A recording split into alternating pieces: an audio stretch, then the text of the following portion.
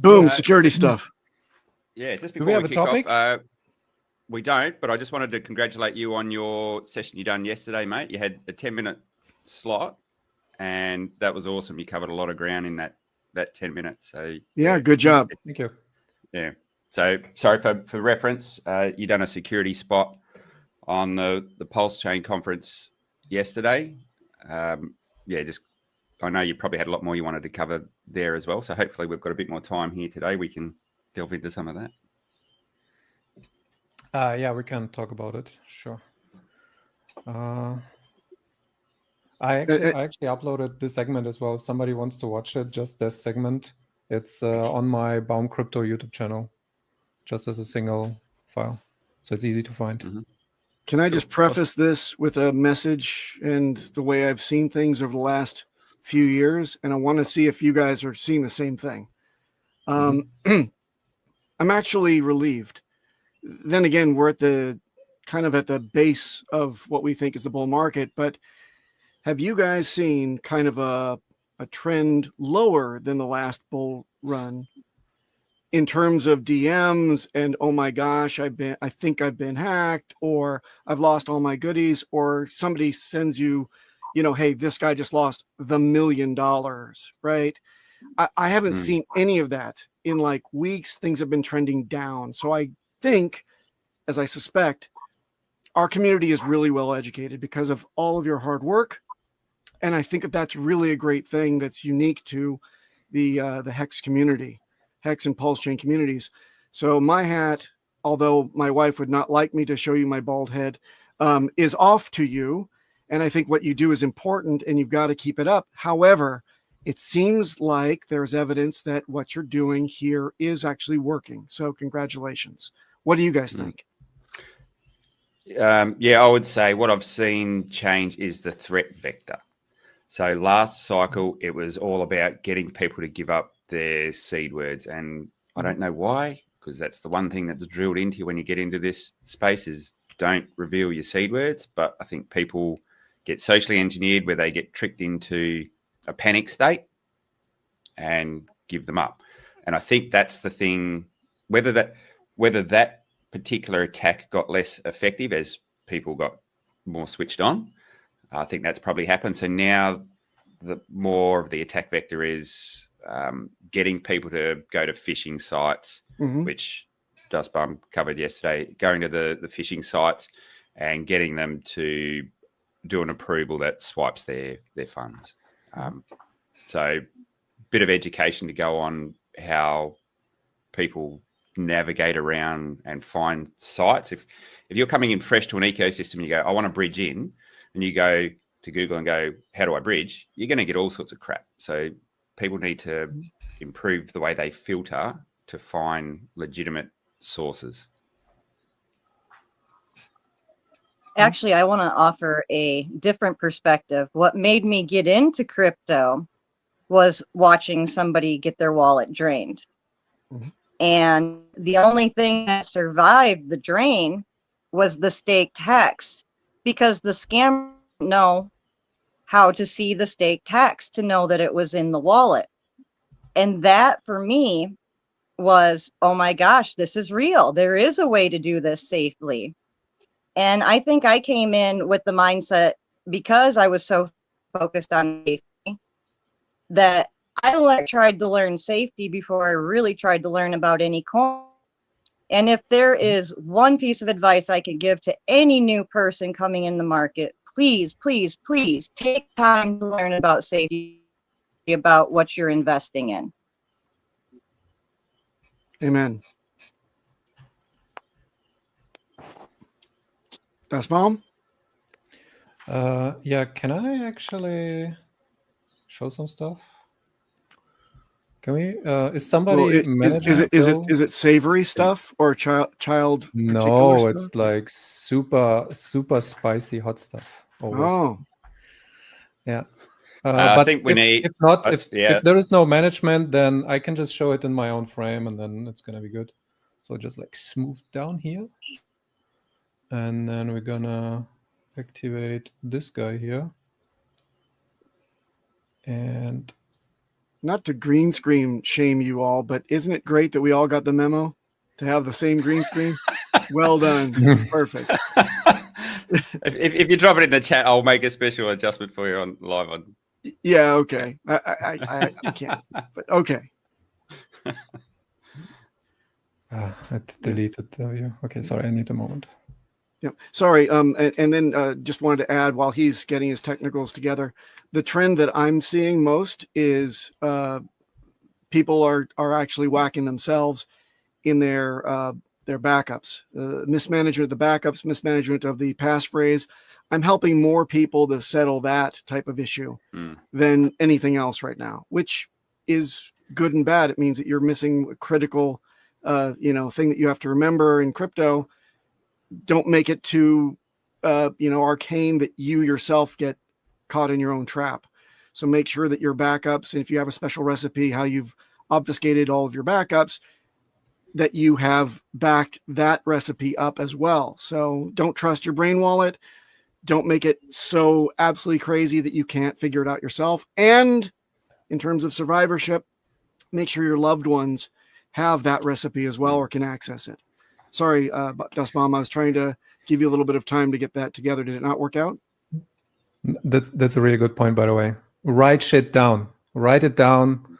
Have a little booklet, just clean, write everything down, all the stuff, how you got into your LP position, what wallet you use, what wallet addresses you have, what you lent or borrowed out to your friends, what transactions you have for taxes, and all this information, how to get back into your accounts, how to get into your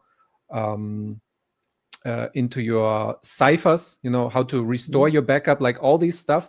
If you organize and set everything up in advance, you will prepare yourself for a smooth ride down the road instead of being panicky or losing or just not being able to restore your stuff at some point. So, and you will be just more at ease, and you won't be able to be pestered by hackers who say, you're going to lose something, you're going to you have to do this, you have to type in your seed words here and there to restore. And this is where usually people mess up and then lose everything. And this is one example that I wanted to show. So here you go. Just before you go into your example, what you just spoke about there. So when I'm wearing my security consultant hat in my day job, what I get people to prepare is something called an ICE document. So an in case of emergency document. And that has basically, I'll give you a brief rundown. It has your important team. So who are the important people that one of your loved ones may need to contact if something goes pear-shaped? So you might be awesome at doing hex stakes, but your loved one has no idea about it. Is there someone they can lean on to help them? So build out who should be taking control of the assets, who can help with the technical side of things. And then the rest of the document is what I call leaving a series of breadcrumbs so that people can get the pieces of information together that they need to be able to bring the right people and the right information together at the right time so that you can unlock the assets when you need to hand them over. Find those Dragon Balls. Well, and anytime you're trading, I'm going to pick on Tiger here for a second. We all probably have heard of Tiger, Crypto God. Anytime you're trading, your full attention needs to be on trading, because if you're in an elevator with a half-dressed woman and you accidentally send your funds to a contract address, you're not getting them back. Which half was that? You'd have to ask him. I'm not certain if it was top or bottom. Okay. Very nice. May I also add, these are polypropylene paper booklets. They are very useful for flood resistance for your backups and your ciphers and everything that Dust Bomb was mentioning that you should back up, and Jexxa as well. This is a nice to have type of thing. These are really, really cheap. They're called surveyor books, and they come in this plastic type of paper. It looks just like paper. You use ferric type of alcohol-based pens on them, and they're very good for doing your Shamir sacred sharing and splitting up for disaster recovery as well. We can get into that offline. We don't have much time today, but Jexxa, BPK, Dust Bomb, I'm sure PeskyGirl also knows how to lead you through how to do a proper Shamir secret sharing backup of your goodies. And then finally, if you want to go for fire resistance, which in this community, you laugh at that whole type of, belt and braces type of attitude to backups. However, I know of 4 house fires so far in our community, 4 house fires, and we are consulted by actually 2 ex-firemen in our community that agree, keep your stuff on those fender washers.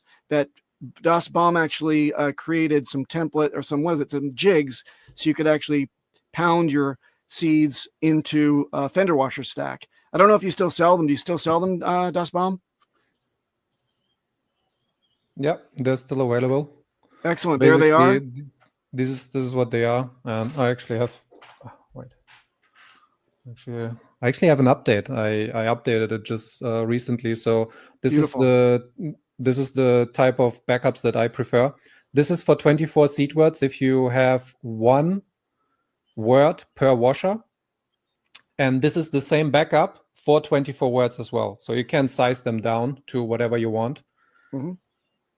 And you can do so much with that. You can actually do your passphrase as well, which you also should be backing up in a separate geographic location. So, sorry, I was again buying you time. Did you have any other? They're the beautiful fender washer. You can collect all of this hardware at your local, brick and mortar store like a Lowe's or a Home Depot. There's no record of you doing anything to do with crypto when you do so as well. They're cheap. And again, if you're going to put a nut at the end of this bolt, make sure that it's a value lower in terms of the stainless steel, so that over time that bolt doesn't seize onto that nut, or vice versa, the nut onto the bolt. Well, and I'm going to pick on Das here because he touched on a subject yesterday that I want to talk about, and it's the fake streams. One that I witnessed early on, I don't know if any of you guys caught the SpaceX fake, but what happened when SpaceX stopped streaming on YouTube and only started streaming their rocket launches on X, the scammers came in and created a channel on YouTube that everybody thought was SpaceX. And when the rocket went to launch and scrubbed, all of a sudden you had this thing saying Elon was giving you, I think it was 2 Bitcoin or 2 Ethereum for every one you sent him. And I mean, oh my goodness, you get on NASA spaceflight and they try really hard to keep the crypto separated. And I can't imagine how many of the space nerds, which I'm a space nerd, 100%, NASA spaceflight is what got me on YouTube and made me pay for premium the first time. So please, I love all my space nerds out there. But I can't imagine how much that got everybody. Luckily, I had somebody, locally, Johnny Chaos, to tell me, you're being an idiot. Don't do that, to stop me. But how many people didn't have somebody around to go, hey, knock it off? And here is one of those examples. I didn't get to show it in the stream yesterday. I ran out of time. But this is basically from the Trump stream. So that's do I have it here? Trump for HEX. Yeah, so from this stream, the guy who who was on the fishing channel, they were fishing for other people to get their crypto. This leads to this website, and it's exactly what you were describing. So they have that 1 Bitcoin, get 2 Bitcoins back, and it's obviously a scam. So anytime all of this is fake, this is just like randomly generated. They lure you in and think there's actually transactions. That's a pretty legit looking site if you don't know how. Yeah, it looks nice. It has a nice setup. Yeah, but yeah. It's like all fake, and people who just don't know in advance, they think like, oh, is this like people get rich in crypto, right? This is how they get rich, right? And then they fall for this and they throw in their, like, I don't know, 50K or so because they believe in this personality in Trump or in Elon Musk, in those record chips and so on, and they fall for it because they just don't know better. So the more you prepare yourself in advance, the more you learn about how the systems work, what security you should take care of advance before you even start the whole investing and trading part, then you're going to just be better off. And to get back to the initial question, in the very, very beginning, we talked about the websites that ask for your seed words, and I wanted to pinpoint this specific one. This one has been shared a lot in the community. They usually do it on Telegram, and they try to give technical support. And this looks like one of our community websites, but it's not. So what they do is they hunt for people who have tech issues. They pretend to be tech support. They say, oh, we are admins. We're going to help you. Please DM me, or they DM directly and hope that the guy is replying. So they hunt for you in your most vulnerable state, where you think you lost something, you have a stuck transaction, you have like $1,000 or $10,000 on the bridge, and you think that it's not validating or whatever. And then they have all these options here that are fake options. They don't do anything actually. So if you click on them, that's all the same. See, even though they are supposed to be fixing your transaction, clearing a pending transaction, like wallet error, clear wallet error, like, hey, magical button, clear all the things. It sounds too true to be good, right? But people in their fear state, they just go onto the websites and think they're gonna achieve something and remove their issue. And what ends up happening is they go to this website. It's like looking like it's gonna do something. All these buttons, they're all the same. Most people click on MetaMask because that's what people use. Stop using MetaMask. It's a super bad software. Yep. But you've been very polite then. Yeah. And then it just keeps loading and loading, loading. And then at the very end, the only option you really have where it's trying to drive you to is connect manually. And then look, it's asking you for your seed words. And this is where at this moment you should think to yourself, like PapahBoenher always likes to say, never type your seed words into your keyboard and your passphrase as well. So yeah, this is the worst thing. Up until this moment, you are safe, by the way, so you don't need to be that scared. But if you enter your seed words and press this connect, this is actually sending the seed words to the hacker. After this, it's usually gone within a few seconds because they have it automated wallet drainer set up. The seed phrases automatically read out. The bot is swooping through the address, clearing everything on all networks, and sending it to the hacker's address. Yeah. Just on, you just made you made a comment about up until what point you're safe, and so generally, now I'm not saying you do this, but if you do inadvertently connect your wallet to a site like that as well, generally, unless you sign some sort of transaction, you haven't done any harm. The moment in time when you start actually signing transactions, that's when you've got issues.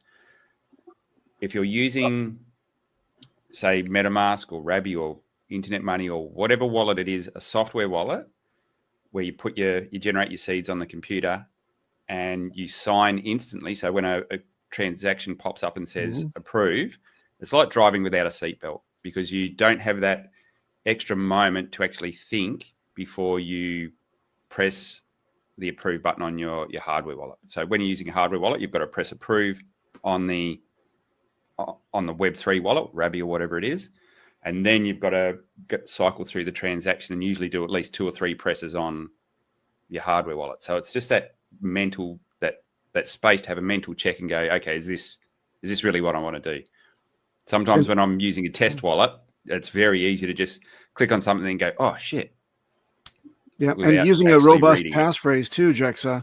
Using a robust passphrase on the hardware wallet will give you more than just that instant of considering things. You're typing it in painstakingly. If it's on the actual hardware wallet itself, it's even more difficult. You're really committed to doing this. It gives you all that time to think, is this trip really necessary, right? Is this really safe? Yeah. So yeah, it's another added bonus for using a hardware wallet. And by the way, if you are not using a hardware wallet now, I don't know what to freaking tell you. You got to be using a hardware wallet by this time with a passphrase. If you have liquid assets, start up a new hardware wallet. These things cost $50 now over at Trezor. You know, a Ledger as well. They have really low price SKUs. If you need any help, you know, you can reach out. I'm sure that any one of the four of us would be happy to simply lead you through it or direct you to videos that we've made in the past that will lead you through it. Jexxa, you run a whole service that leads people from zero to hero in terms of security as well, correct? Yeah. So I, in my day job, I wear a cap.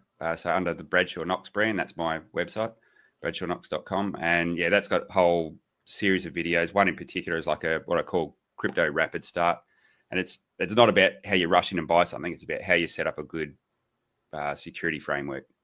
And that sort of takes you through from how you set your computer up, how you harden a browser, right through to passphrases and where you can store them. And if anybody slides into the official Telegram for Internet Money Wallet and starts screaming, usually I respond quickly. Yep. Hardware wallet is, you know, Internet Money Wallet, or, you know, is probably, you know, it's got the native tokens already preloaded. The native chain is PulseChain. That's an added benefit.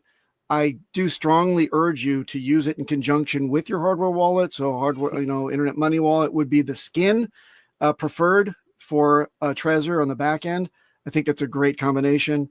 And sometimes when things hiccup, I have to flip around to other, you know, browser-based wallets, but never using them in the raw, because there's something called a Mars stealer, and there's been many variations of this attack.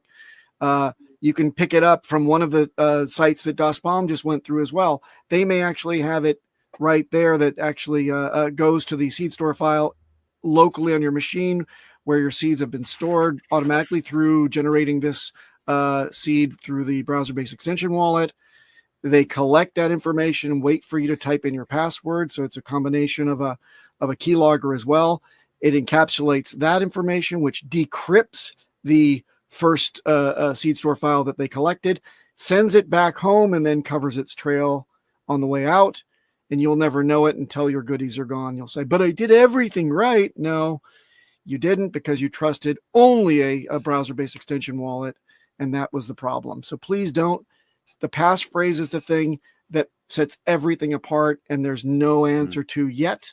We'll all keep our ears to the ground to find out if there is an exploit that someday breaks SHA-256 or SHA-512 is the pivot point, or passphrases are not effective anymore. That's not today. That's not this bull run. It's probably not the next 10 years. But if it is, you'll probably hear it from somebody in our community what the next best thing is going to be. Yes. Oh, and I can tell you. Pretty cool already.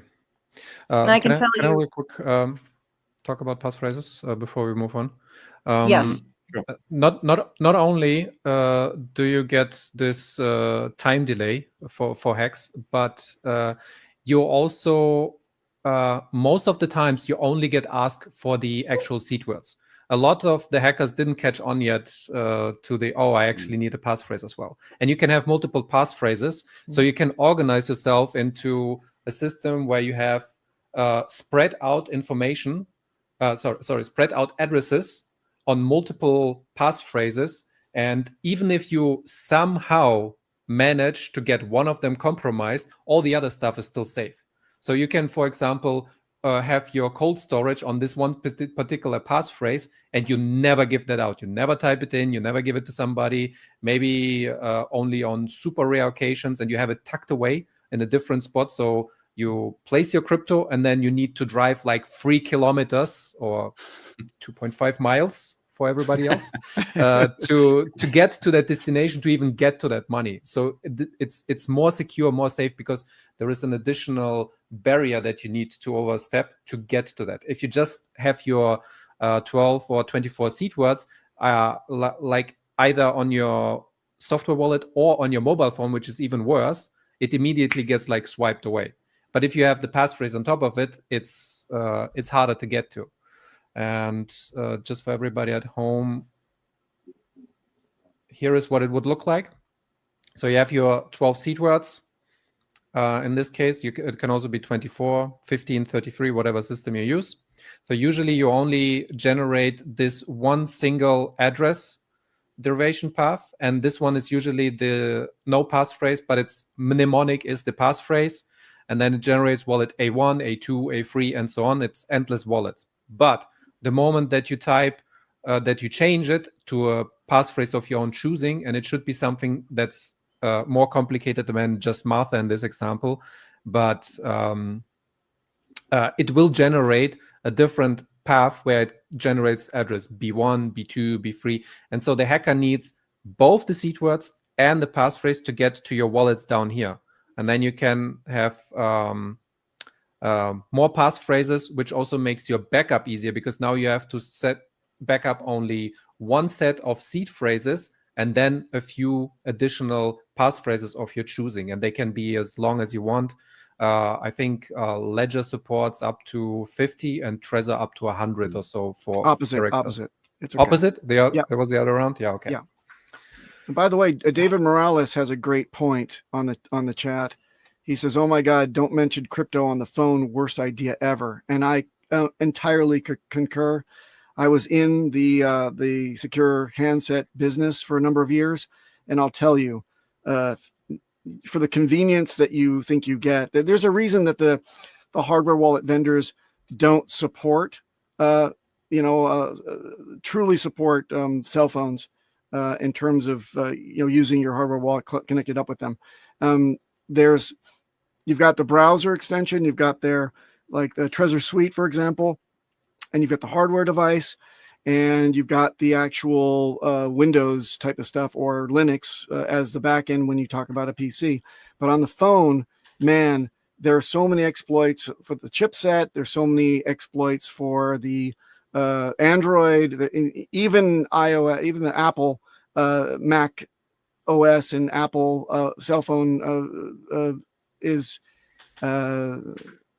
riddled with holes and availability to exploit. Plus, you've got another dimension of having to work interoperability. So the hardware manufacturers have pretty much given up. They took responsibility for the desktops and laptops, but not on the phones. So please consider that. Use it in the comfort and safety of your own home always is what I would ask people to do. Onboarding, you would think, is a little bit more difficult. To hell with that. Retention is a lot more guaranteed. When you do onboard somebody, they're here for the long haul. Do not Google for bridge links. Do not, yeah. Yeah. Do not click on sponsored ads. That was random. Yeah, that's the most important thing I can think of at this moment. I talked about it. What's the PulseX conference? Yeah, I did 15 minutes. Security. Go ahead. Have we got 5 minutes more, mate? Or we do. To get booted? We got 5 to 8. Yeah. Cool. All the talk about passphrases and seed words. I want to give a big shout out. I'm going to sound like a massive shill for Trezor, but they made a huge advancement in the way they allow you to manage your seed words with their latest 2 devices. So you don't have to go buy the flagship one. You can buy the lower cost model, and it still supports this.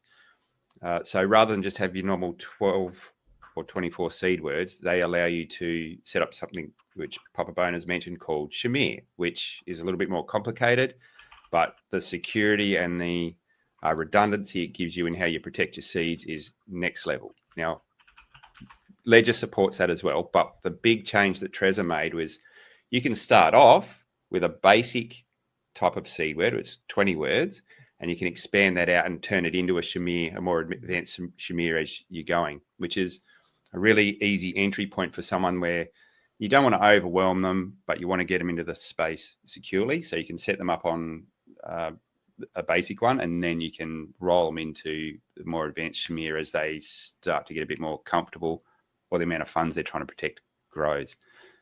I don't think there's any other wallet that does that at the moment. Is that correct? That I know of, no. Yeah. So it is a game changer. And yes, Trezor doesn't support every kind of coin out there, but use it as your primary storage. And then if you want to go get your other shit coins that only Ledger supports, fine, have at it. just understand the security model is completely different. Well, the only thing I think that Trezor doesn't support is XRP.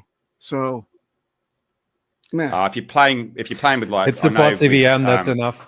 yeah, exactly. Yeah, that's right. it. Yeah. Yes. Yeah, you've got to be on the fringes, like playing with Teo and things like that, where they're fringe ones that they're new and different kinds of chains.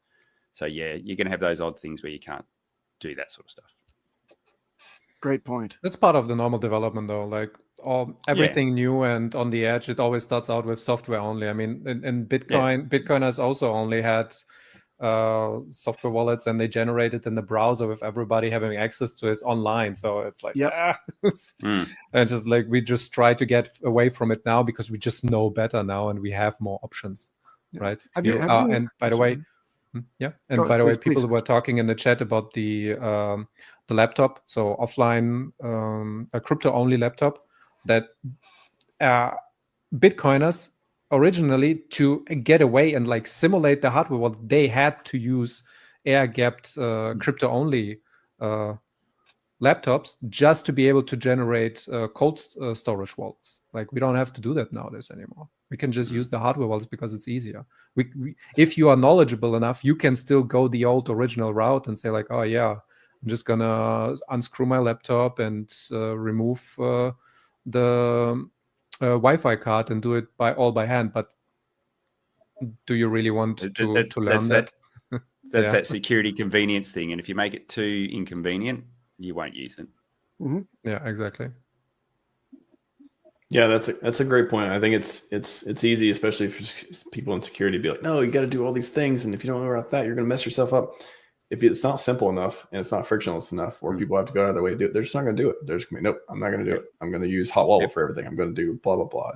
That's another hard part of getting security for normal people, right? For sure. Well, Max, it's been like this since the beginning of HEX, since the AA opened up. I was battling some people. There was a dude in there that said, it's too much friction. We're not going to get any onboards. Just put it in MetaMask. And I said, look, Richard's saying that this thing has the potential of going 10,000x, and you're staking. So that means that you're pegged to that seed. You can't take it off of that seed. It's generated locally. At best, you can triage that to a hardware wallet later on. Why not start off with a 24-word seed and a passphrase now? You'll be committed for 15 years, and you want to be able to transfer that from hardware wallet to hardware wallet as well. And if you don't think that $100 investment that you make today is going to 10,000x with conviction, then what the hell are you doing in crypto? So protect it as if it's going to 10,000x. Even if it doesn't, you should be protecting it as if it does, because for all of us from the beginning, we experience that stuff. What the hex? What the hex? How to get a 100? Treat your $100 like it's worth $1 million now. Imagine it's the future. Aliens are real.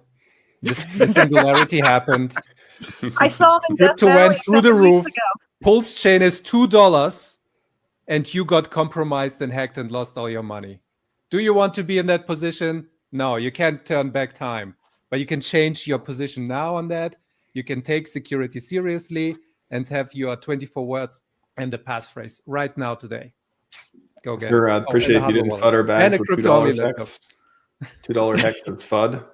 It's $5 hex. That's what I'm looking for. $5. Let's go. Every hex worth $5. Imagine that. Every hex being worth a $5 bill.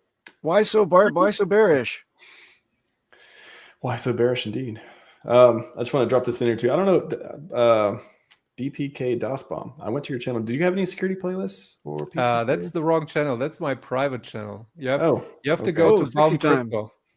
He's got Security Sunday. I've been watching him since yesterday. Okay. Check out Baum Crypto. Baum Crypto, just the way I think it's spelled. Yeah, there it is. There it is. Up on top. Okay. The second. Oh, gotcha. You click on the channel. Awesome. And then there is if you click on videos, you have the pre-made videos. Yeah, you're already there. Click on videos. Yep. You have the pre-made videos, which is the laptop series and some bridge stuff and so on. And if you go on live, that's where the juice is, the details. Squeeze the juice.